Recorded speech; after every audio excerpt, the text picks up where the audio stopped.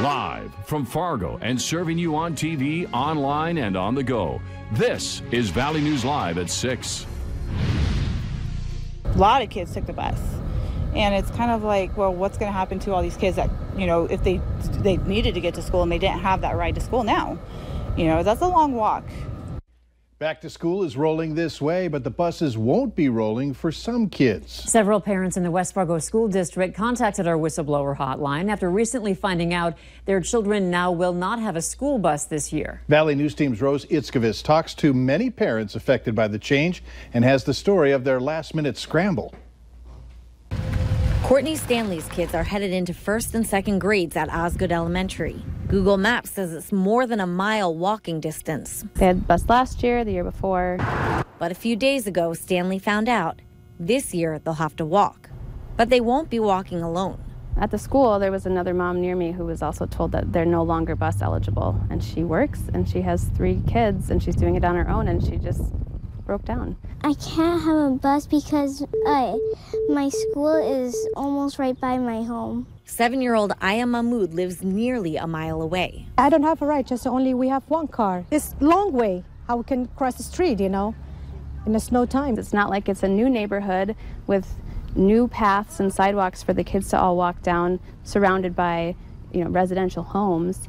They're walking on big, long city blocks. When I first registered my kids at Osgood, I was told that the bus does come through here. Ashley Snyder just moved here in July. We moved here thinking that I had a bus. My kids can't walk, and she said that they don't advise families to have their kids walk. That's up to the families. But I also told her I can't drive or afford to have a taxi come pick my kids up every day from school. What's your plan so far? I don't have one yet. The school tells me it sent out letters back in November and May, letting parents know there'd be changes. But the letters say nothing about certain areas losing bus routes. In an email, the school says it has utilized 0.9 mile as their walk zone for at least the last 2 decades. There have been no changes to our policies or guidelines for this school year. But even if the policy itself didn't change, the school has. The school chalks up the lost bus routes to the fact Osgood previously taught K through 2nd grade. This year, it goes up to 5th grade. I told him basically she's going to have a lot of absent days because there's no way for her to get to school. These parents at least are aware of the changes.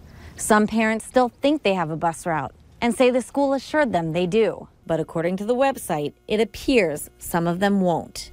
In Fargo, Rose Itzkovitz, Valley News Live. Earlier today, we were able to plug in addresses to find out the bus route status. Just before deadline, that website became available. The school says it's still tweaking the information and should be up shortly. Some parents tell us they plan a petition drive and will deliver it to the next school board meeting later this month. For the link and instructions to find out if your child is bus eligible, head to our website, valleynewslive.com, and click on this story. Also, you can contact our whistleblower hotline if you need help with an issue in your community. Call 701-237-6576 and leave your tip.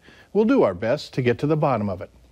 A North Dakota man who escaped federal custody while awaiting sentencing in a manslaughter case was sentenced to serve over 9.5 years in federal prison. 29-year-old Sean Schroeder of Duns 3 years on supervised release. He must also pay nearly $5,900 in restitution. Police say on June 13th, Schroeder walked away from Center Inc. off of 15th Street North in Fargo, where he was on a court-ordered furlough from federal custody. He was arrested 2 days later in South Fargo and was taken to the Cass County Jail. According to court records, Schroeder was accused of killing 43-year-old Chad Warren in 2017 at a home on the Turtle Mountain Indian Reservation. An autopsy said that Warren died from blunt force injuries. An Oaks man faces felony assault and drug charges stemming from a domestic incident in town last weekend. A criminal complaint alleges 30-year-old Francisco Eugenio Bethencourt assaulted and choked his sister in an apartment, resulting in the sister sustaining bruises and temporary unconsciousness. Authorities say that they later found a baggie in the apartment which contained cocaine and several devices used to ingest the drug. Bethencourt also failed to register as a sex offender in Oaks after moving from Oregon. A Carrington man could spend 105 years in prison if found guilty on all of the 20 drug-related charges he faces. 56-year-old Brian Wagner was arrested after law enforcement searched his home. They found a long list of drugs and cash. Wagner is being held on $50,000 cash or surety. Authorities in South Dakota intercepted 88 pounds of cocaine that they say was headed for Fargo. Reports say a patrol officer stopped a vehicle last week near Spearfish and found 2 suitcases in the trunk filled with coke. The cocaine had a street value of $1 million. The Black Hills Pioneer reports that 2 women from Canada were arrested on drug charges. Authorities say that they were taking the drugs from California to Fargo. Residents in our region are experiencing lower air quality and seeing some hazy skies because of the ongoing wildfires in the western part of the United States and Canada. The National Weather Service says those smoky skies will stick around heading into the weekend. Officials say the low air quality will be coupled with some hot summer days, with estimates of up to 100 degrees in some parts of the state for the weekend. Experts encourage anyone who may have breathing problems to limit their time outside with the current conditions. The smoke may also reduce driving visibility. Staying hydrated is important as well when the temps get as high as they've been, including today. Hutch is here with current temps and what you can expect tonight. Hutch? All right, well, as far as weather is concerned, things are warm but quiet as we take a look at our Dakota Magic Casino cam. That haze we see in the FM area also stretching down to the South Dakota border.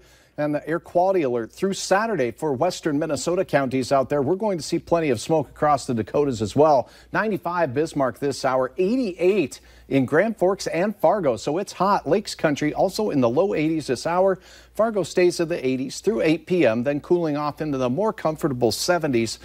And up in Grand Forks, expect the 70s by 9 o'clock with some 60s after bedtime tonight. I'll have details on some more heat as we go through a sizzling weekend forecast coming up here in just a few moments. All right, thanks. The former general manager of Sanctuary Events Center in downtown Fargo has been charged with 1 count of theft after being accused of embezzling over $19,000. Court documents say Richard Palais took money out of deposit envelopes made out to the event center and deposited what was left into the company's bank account. The documents say what Palais took out of the deposits went right into his personal bank account and was used for gambling and going out. Court records also state that Palais used the company's credit card to make several personal purchases on Amazon. A Minnesota man says he's not guilty of charges relating to a crash that killed a 2-year-old boy in Moorhead earlier this year. In January, a pickup driven by 42-year-old Jeremy Sagvold of Sabin rear-ended a car with 2 adults and their 2-year-old son, Zayden Engenes. Zayden died from his injuries. An investigator confirmed that Sagvold was not under the influence at the time, but did say speed is something that they're looking at. Sagvold's cell phone was confiscated to determine whether he was using at the time of the crash. He is charged with second-degree manslaughter and criminal vehicular homicide. A West Fargo man is behind bars after being accused of sexual assault involving a child under the age of 14. 42-year-old Osmar Vasquez was arrested for gross sexual imposition. Police say Vasquez was interviewed as part of an investigation in a sex crime involving a juvenile and then taken into custody. He's being held at the Cass County Jail. An attempted murder charge has been filed against a Minnesota man relating to a reported stabbing in Pennington County. 26-year-old Luis Cruz Montanez of Thief River Falls is also facing a second-degree assault charge. Police say the reported stabbing took place at the Northern Pride Turkey plant in Thief River Falls. Officers say 2 people were fighting in a break room of the plant when one of the men pulled out a knife. The injured suffered stab wounds to the neck. No word on his condition. A Minnesota state trooper is expected to be okay after his squad car was rammed into by a teenage driver. State Patrol says the crash happened yesterday at 28th Avenue North and Highway 9 near Glendon. Authorities say 28-year-old trooper Tyler Iverson had his lights and sirens on, came to an intersection, stopped, and then kept going. A 16-year-old boy driving another vehicle didn't see the squad car at the intersection and crashed into it. Neither the teenage driver or his passenger were hurt. Now's a good time to get to the pool to beat the heat. And if you wait too long, your favorite swimming spot might be closed. Details to come on Valley News Live at 6. Crews are feverishly working on a major expansion project at a South Fargo middle school. Up next, will they be done in time for the start of school?